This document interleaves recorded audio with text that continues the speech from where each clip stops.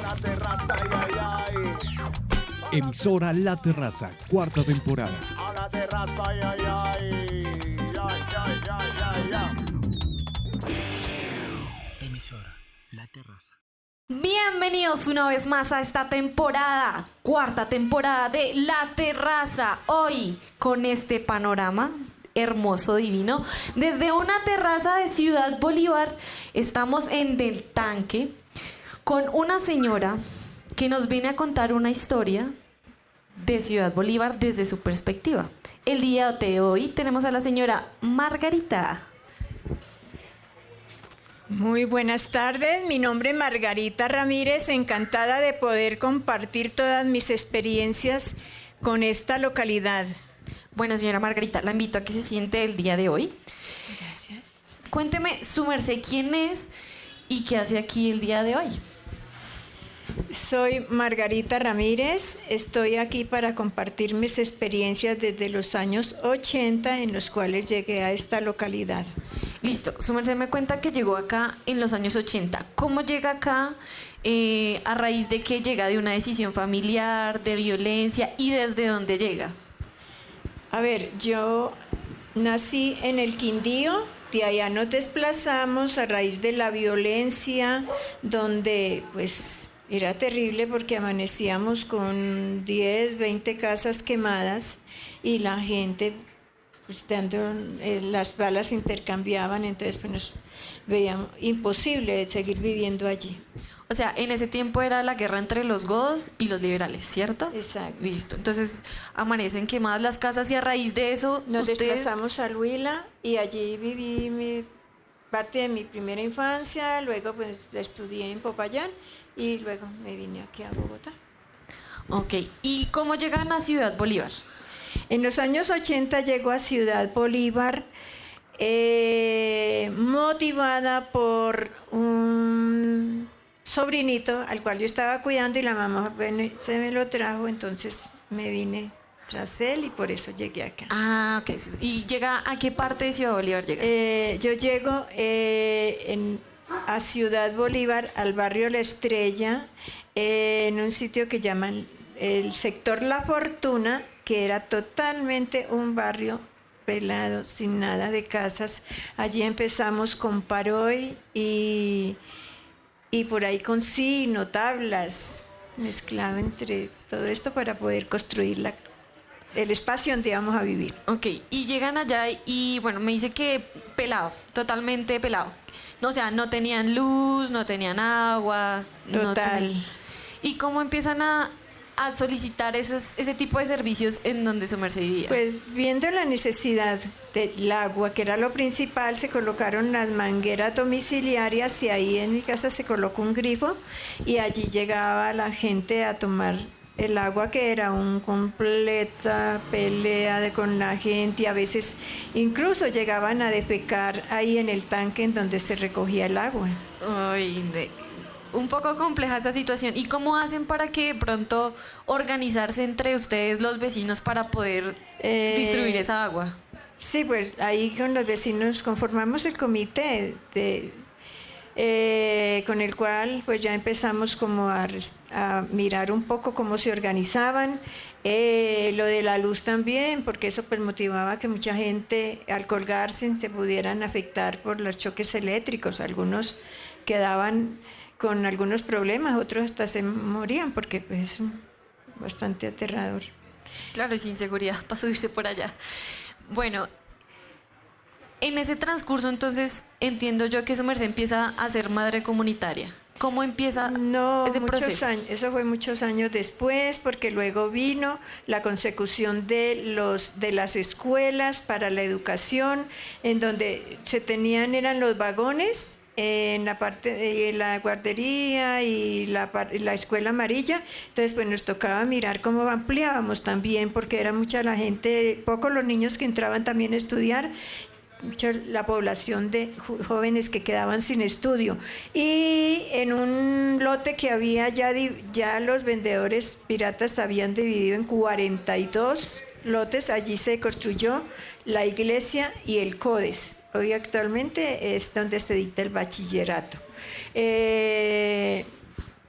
a raíz de que pues prácticamente las dificultades que teníamos también para los chicos estudiar, yo organicé ahí en mi casa un espacio en donde se les enseñaba a los niños y yo les daba la constancia y los enviaba a la escuela, entonces ellos ahí les hacían sus exámenes y los recibían cuarto, quinto, otros presentaron lo del IFES y ya directamente pasaron a bachillerato. Y todo ese trabajo, su merced, lo hace de la mano de muchas más gente, me imagino yo. No, lo de la casa lo hice prácticamente yo sola y a honoris causa. Lo que sí hicimos conjunto fue que en una casa que nos prestó una señora, allí cuidábamos los niños del barrio y los padres nos aportaban la comida para poderlos asistir y cuidar. Y pues nosotros ya viendo que se nos dificultaba un poco porque pues también de qué vivíamos y además porque a veces las mamitas también tenían que la alimentación, otras veces no, entonces decidimos conjuntamente con los jardines populares de Santa Cecilia, al norte de la Cabaña en Usme, de las canteras aquí en Ciudad Bolívar y mi pequeño refugio ahí en La Estrella. Entonces, entre todos nos unimos y reunimos también a los padres de familia y nos tomamos a UNICEF. Allí pedimos el apoyo para poder que nos dieran la infraestructura para cuidar los niños y la comida. Y un aporte también, un bono que nos daban como de 20.000 pesos a las que cuidábamos los niños. ¿Y más o menos cuánto tiempo duró para poder conformar esos jardines o esa estructura que pidieron pues para poder cuidar a los niños? Eso fue, a ver, en el 95 fue que nos tomamos a UNICEF, ya como en el 97 ya teníamos allí el sitio, el espacio para poderlos cuidar. También ahí cercano a ese estaba el centro comunitario, pues yo estaba también, o sea que yo no cuidaba, ya no estaba con los niños de la primera infancia allí, sino que atendíamos los niños ya mayores para darles el refuerzo escolar. Y fue cuando ya se creó lo que fue ASPRON, la Asociación de Programas de Nutrición, donde se cuidan 22 sitios, se les daba el refrigerio y se les reforzaba también sus conocimientos, y 3 restaurantes que eran en el Compartir, en el Tesoro y en la Estrella. Más o menos, ¿cuánta población acogían en esos centros? En los refrigerios, de a 100 niños en cada espacio, eran 22 sitios. 22 sitios. Y en los 3 restaurantes también de a 100 niños eran 300. Bastante gente que acogían ustedes, ¿no? Que se beneficiaban. Bueno, ¿cómo ha sido trabajar con la gente en Ciudad Bolívar, con los niños y con las mamás? A ver, el trabajar con la gente le aporta a uno muchos conocimientos, además porque tiene uno también que tener como imaginación, creatividad, todo esto para poder aportarles uno y entre ellos y conjuntamente ellos le aportan a uno y uno también a ellos para poder fortalecer todo ese trabajo social y comunitario que se realiza en las comunidades. Si su merced pudiera decidir qué hacer, ¿seguiría pensando en ser lideresa social? A ver, todos estos años de conocimiento, porque prácticamente yo inicié como líder social, madre comunitaria, profesora, en todos estos espacios, además porque uno empieza a trabajar en las comunidades de acuerdo a las necesidades, porque por ejemplo el conseguir el agua, el conseguir la luz, el conseguir la educación, luego lo de la salud, donde nos reuníamos en los copacos, las diferentes lideresas, ahí fue donde empezamos a conocerlos de todo, de la parte A, B y C, y mirar también las necesidades que sentían cada una, ahí fue en donde nos fuimos organizando y creando. Ahí en el año 86 se creó la Asociación Movimiento de Mujeres de Ciudad Bolívar. En el 90 97 ya la teníamos conformada, que fue a raíz de la conformación con la Asociación Movimiento de Mujeres, fue en donde participé representando a las mujeres populares en el plan de ordenamiento territorial y también en el distrito en los años 2014-2015 como coordinando a las mujeres en cultura. Y así sucesivamente en los diferentes otros espacios, representando en el Colmi también, con las mujeres en el año 2000 también, con la red de organizaciones de mujeres donde participamos 34 organizaciones y donde la Unión Europea nos aportó para desarrollar algunos proyectos que fortalecieron los procesos en la localidad. O sea que su participación ante diferentes proyectos de la localidad ha sido amplia. Ha sido muy amplia y una de las más importantes es en el año 92 que entré como madre comunitaria, que esto le da a uno la oportunidad también de hacer uno que muchos niñitos puedan crecer y no defraudarlos en sus conocimientos, porque ellos llegan con unas ideas y muchas veces nosotras se las truncamos y no que llegamos a crear, a participar, a jugar, a través del arte, el juego, la cultura y la exploración del medio, a darles la oportunidad para que estos niños se fortalezcan y crezcan con unos conocimientos básicos y donde sientan el amor por el estudio y la cultura. Bueno, en el 92, su merced me cuenta que empiezan a suceder cosas en la localidad. En el año 92 con lo del cambio climático y lo de la presidencia de Carlos Gaviria, en donde él hizo algunas restricciones, como el de la hora, cambiar la hora. Entonces todo esto, ahí se creó una de las primeras organizaciones, fue que nos devuelvan la hora. Ok, sí, tengo entendido que lo que hicieron fue como hacer un cambio de horario en donde se adelantaba una hora para poder aprovechar como el racionamiento energético, entonces para que la gente se levantara mucho más temprano y sus actividades pudieran ser mucho más temprano en el día, pudieran aprovechar la luz del día y pudiera llegar en la tarde a su casa todavía con la luz del día, y ahí también se empezó como tal el racionamiento energético, por eso también se hace lo de la hora, ¿sí? Sí, todas estas problemáticas hizo que el 22 de mayo se hiciera el primer paro de las antorchas. Y entre el año 91 y 93 fue en donde también empezaron a hacer las discusiones frente a lo de los servicios públicos, a las vías, a lo también del cambio de las pipetas, de lo del gas, del cocinol, por las pipetas de gas. Y también para mirar lo del problema de los derechos humanos, en donde se estaban también matando muchos niños, muchos jóvenes.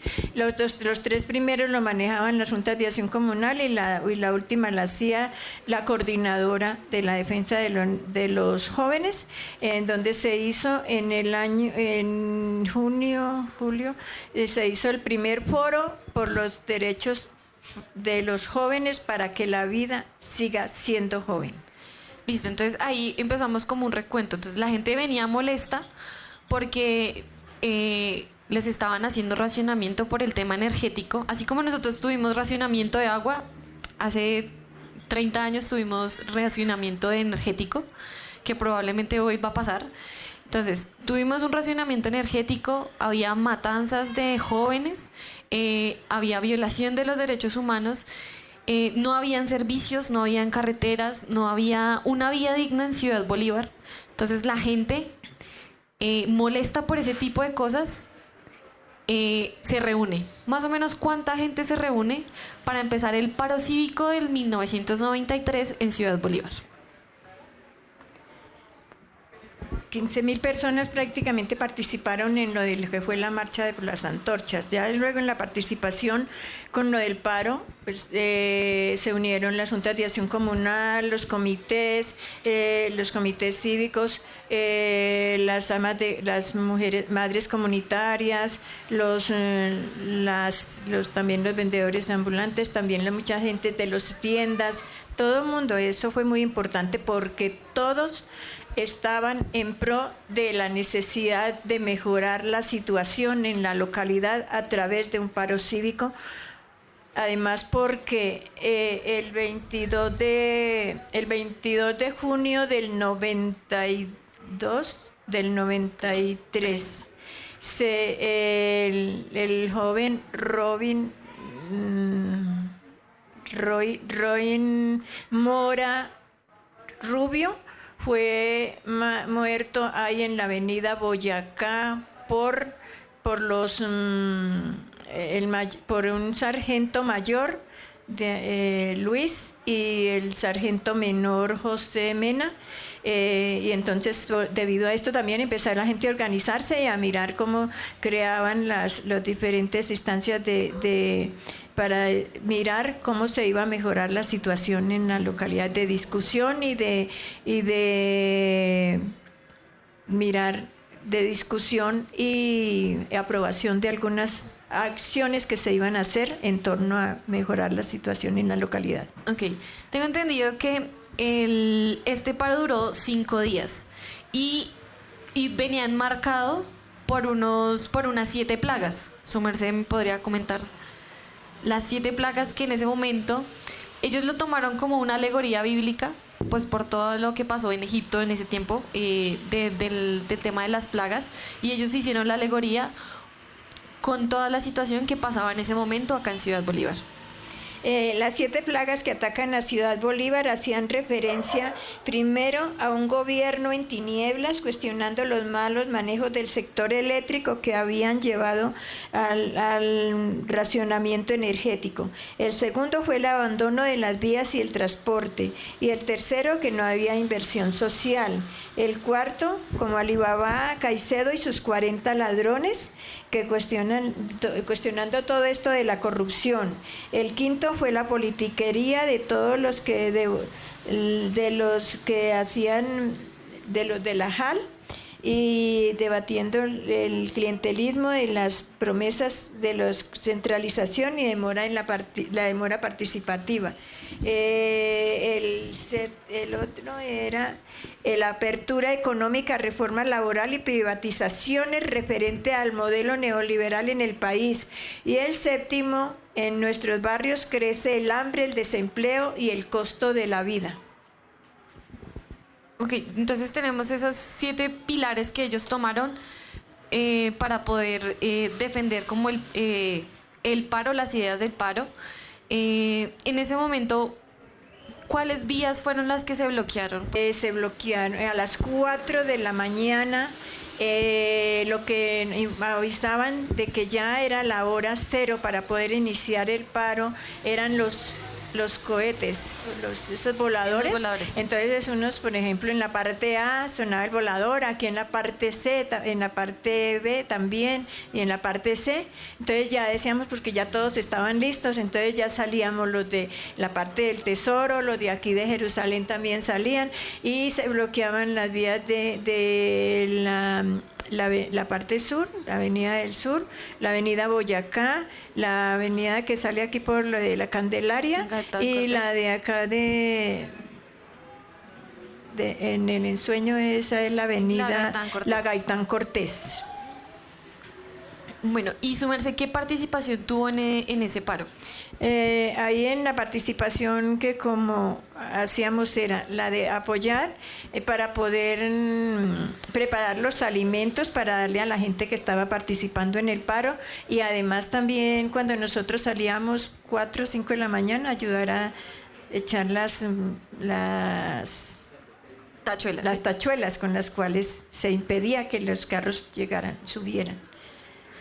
Porque pues eso de todas maneras enseguida llegaron los carrotanques, la policía, además pues eso, la confrontación fue bastante tenaz, ayudando también a algunas personas querían que quedaban heridas para poderlas llevar a alguna droguería en donde las atendieran.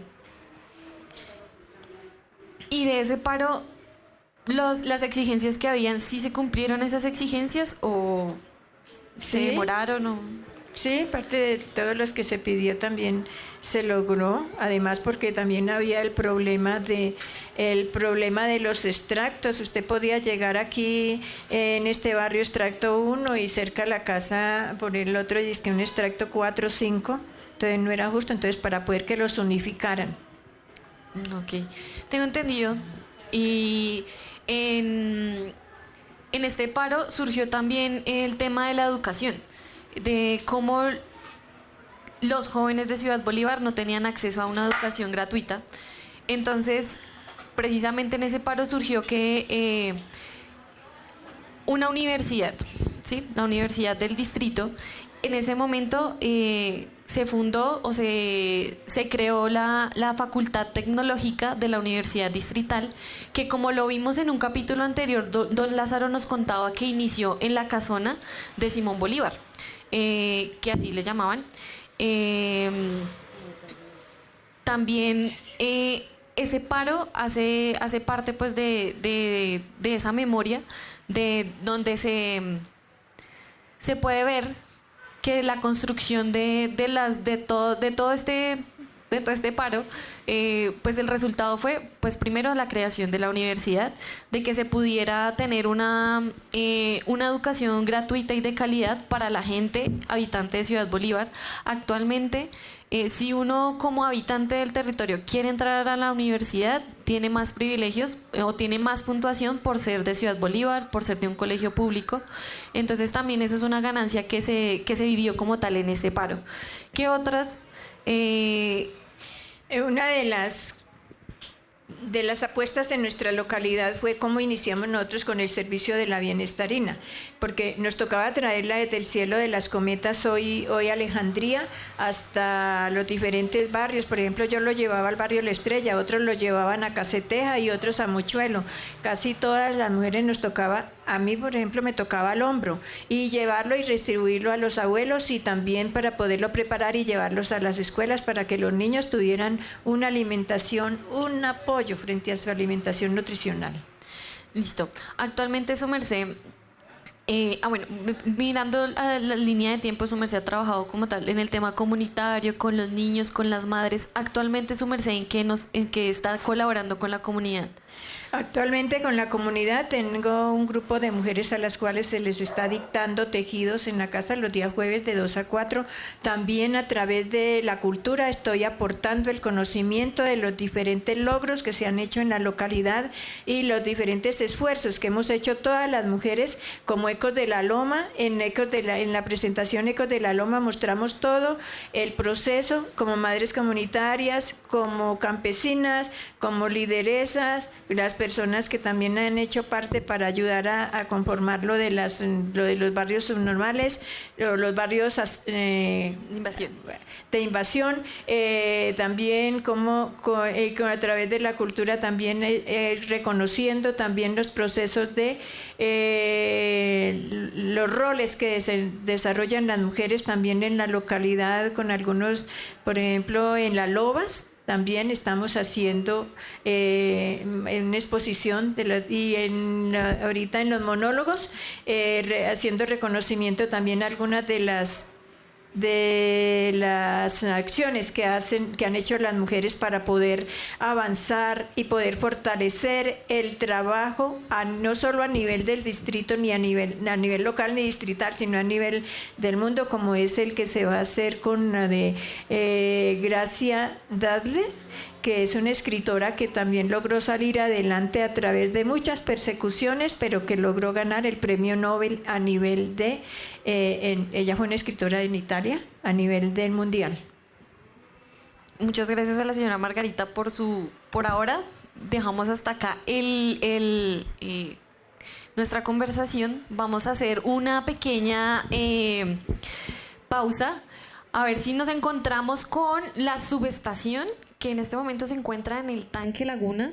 Bueno, y estamos hoy desde La Laguna, otro sector de Ciudad Bolívar. Hoy estamos con Miguel Ángel Coronado. Cuénteme, don Miguel Ángel, ¿usted hace cuánto vive en esta localidad? Hace 30 años concretamente.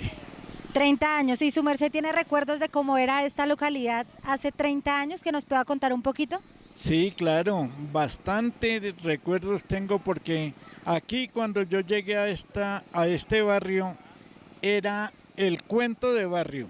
porque no habían mayormente casas en ladrillo ni en bloques, sino eran solo casitas en bareque. Y muy poquitos negocios, habían como 3 tienditas donde uno venía a mercar. Y las calles eran todas en tierra, no había ninguna calle pavimentada como ahora, que ahora sí prácticamente no encuentra uno una calle sin pavimentar. Todas son pavimentadas. Y cuénteme, don Miguel Ángel, su merced cuando llegó hace 30 años, ¿con quién llegó acá a la localidad? Con mi esposa y mis 6 hijos. 6 hijos. Nos contaba que hoy estaba acompañando a uno de sus hijos, ¿cierto? Sí, señora. El muchacho que está dirigiendo ahorita el campeonato aquí, el árbitro, es hijo mío. Lleva mi mismo nombre también. Se llama Miguel Ángel. Listo, don Miguel Ángel. Un dato curioso, hubo un paro en el año 93. ¿Su merced se acuerda qué estaba haciendo usted en ese momento? ¿Cómo vivió ese momento? Yo vivía en el barrio Juan Pablo II en el 93 y trabajaba con la empresa que le dije que llamaba Dalón Limitada, venta de electrodomésticos y muebles a crédito. ¿Y actualmente su merced a qué se dedica? ¿Qué hace? Ahorita me dedico a la vagancia. Acompañar al hijo. Cuénteme, ¿cómo considera usted que ha cambiado, ha trascendido el sector en estos 30 años que lleva acá? Pues yo creo, para mí, que ha sido un cambio del 100%, porque anteriormente esto era muy peligroso aquí el barrio. Hoy día no, hoy día usted puede llegar de noche, pues sí hay un que otro ladroncito, pero no como anteriormente. ¿Su merced conoce artistas locales, músicos de acá de la localidad? Pues no, mire que la realidad es que me he dedicado a la casa. Cuando trabajaba, yo salía por la mañana al trabajo y llegaba por la noche a dormir. Yo no salía a la calle ni nada. Aún todavía yo no salgo a la calle porque uno salir a la calle sin tener que hacer es buscarse lo que no tiene. Entonces, listo, don Miguel Ángel. Cuénteme usted cómo describiría la localidad. Si le dicen que cómo es la localidad, ¿usted cómo la describiría? Pues anteriormente supuestamente era una localidad muy, muy brava, ¿sí? Porque le han sacado muchas historias de que aquí viven mucha gente pícara, asesinos, ladrones, de todo. Hoy día eso es de todas las localidades aquí en Bogotá. No se puede descartar ni siquiera el norte, porque en el norte también hay ladrones como oímos en las noticias.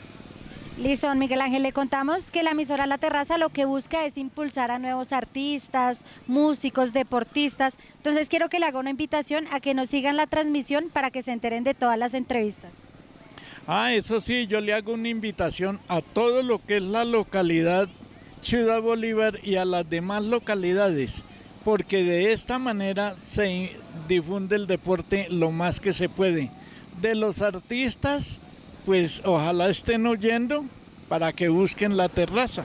Listo, y esta fue la entrevista con el señor Miguel Ángel, que lleva más de 30 años aquí en la localidad. Muchísimas gracias por el espacio, don Miguel. De nada, señorita, siempre a la orden. Y sigan conectados allá en la misión Maneras, principal. Preguntarle en medio de un tinto a la señora Margarita si tiene alguna anécdota alrededor del tinto que nos quiera contar. A ver, cuando mataron a Lara Bonilla en el año 82, yo me encontraba pegando afiches con respecto, no recuerdo ni sobre qué era, cuando me di cuenta que venía la policía y era que habían acabado de matar al ministro Lara Bonilla, y entonces, claro, estaban haciendo persecución y pues yo, ni apenas yo sola con mi niña. En otra ocasión fue que también me pusieron a mí a que cuidara mientras los compañeros iban pegando los afiches, y en esas alguien me ofreció un tinto cuando llegaron, y claro, ellos se dieron cuenta y se dispersaron y dijeron, no, pues con esta cuidandera sí nos van a volar acá. Si su merced quisiera describir a Ciudad Bolívar en una persona, si fuese hombre o si fuese mujer, ¿Cómo sería Ciudad Bolívar? Ciudad Bolívar ha sido una localidad de lucha, de gente guerrera, de gente que ha sacado con puño y mano toda esta localidad adelante, porque ha sido el esfuerzo de todos mancomunado, de jóvenes, de mujeres, de hombres y de todos que la hemos guerreado y la hemos luchado y que entre todos le hemos aportado para fortalecer la localidad. Pero si fuese una persona, entonces, ¿cómo sería? ¿Sería un hombre? ¿Sería una mujer? ¿Cómo se vestiría? ¿Qué personalidad tendría esa persona, Ciudad Bolívar? Pues yo la pondría neutral, porque entre todos le hemos aportado. Su merced me contó que hace poemas. Su merced sí. tiene un poemita ahí que nos pueda regalar. Ah, sí, tengo el poema de Ciudad Bolívar. Mi Ciudad Bolívar. ¿Cómo no amarte, mi Ciudad Bolívar? Si me acogiste cuando sin techo me encontraba, un aire tibio cruzó por mis mejillas y con amor la brisa me abrazaba. El río Tunjuelo con sus murmullos canta, con sus praderas y el croar de ranas, y con sus bellos colores cada día, las mariposas te elogian con sus alas. La biodiversidad de Kiva al poeta Jorge Flores inspiró. Nos construyó allí una iglesia que como legado nos dejó, y el matrimonio de su hija allí lo formalizó. Y al matrimonio llegaron personajes y excelencias. El entonces era Guillermo León Valencia. Pasquilla le da vida a esta localidad, con sus bosques y cultivos y con sus frondosos árboles que aún son bosques nativos. Mochuelo con el problema del relleno de Doña Juana, la polución que aumenta contaminando el ambiente, nos tocará confrontarlo con el marco legal vigente. Siento contigo, querida patria chica, cuando retroexcavadoras taladran tus montañas, produciendo deslizamientos y amenazas, y con él las caídas de las casas. 8 posetas con orgullo te engalanan, producto de muchas migraciones que hacen de ti muchas repercusiones, y para poder sostener la convivencia solo exiges un sentido de pertenencia. El Palo el Horcado, la iglesia de Kiva, el Puente del Indio y hoy el Museo Ciudad son nuestro patrimonio local que nos corresponde a todos valorar y cuidar. ¿Cómo no olvidar tristes recuerdos de Lucero, Juan Pablo, Bogotá y Paraíso? Muchas madres que muy desconsoladas lloran, lamentan el asesinato de sus hijos. Sí, contigo anhelo, querida patria chica, en ese anhelo de los colombianos, que en vez de muertes, drogas, paz y amor tengamos los que tu espacio habitamos. Bueno, y desde esta patria chica, como nos lo dice nuestra querida Margarita, despedimos esta entrevista con ella, dándole las gracias. Muchísimas gracias por aceptar esta invitación, por querer estar acá, por aguantar este frío con nosotros. Como les digo en el poema, yo a Ciudad Bolívar la quiero mucho porque pues me ha dado la oportunidad también de participar en muchos espacios donde, y además de tener hoy el agrado de verme con muchos chicos a los cuales les he colaborado para su crianza, para su educación y para que hoy sean personas de bien, con las cuales es lo más satisfactorio que podemos tener como lideresas en la comunidad. Muchísimas gracias a la señora Margarita, y yo creo que ella ha sido la mamá de muchos jóvenes acá, entonces pues A nombre de ellos le queremos dar las gracias por no dejar morir esta patria chica. Con mucho amor.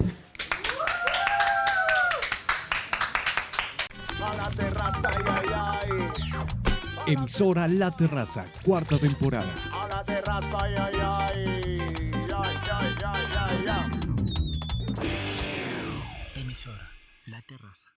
Este proyecto es realizado con el apoyo del programa Más Cultura Local, una alianza estratégica de la Secretaría Distrital de Gobierno, la Secretaría de Cultura, el Instituto Distrital de las Artes y Dartes, la Fundación Gilberto Alzate Avendaño Fuga y la Alcaldía Local de Ciudad Bolívar.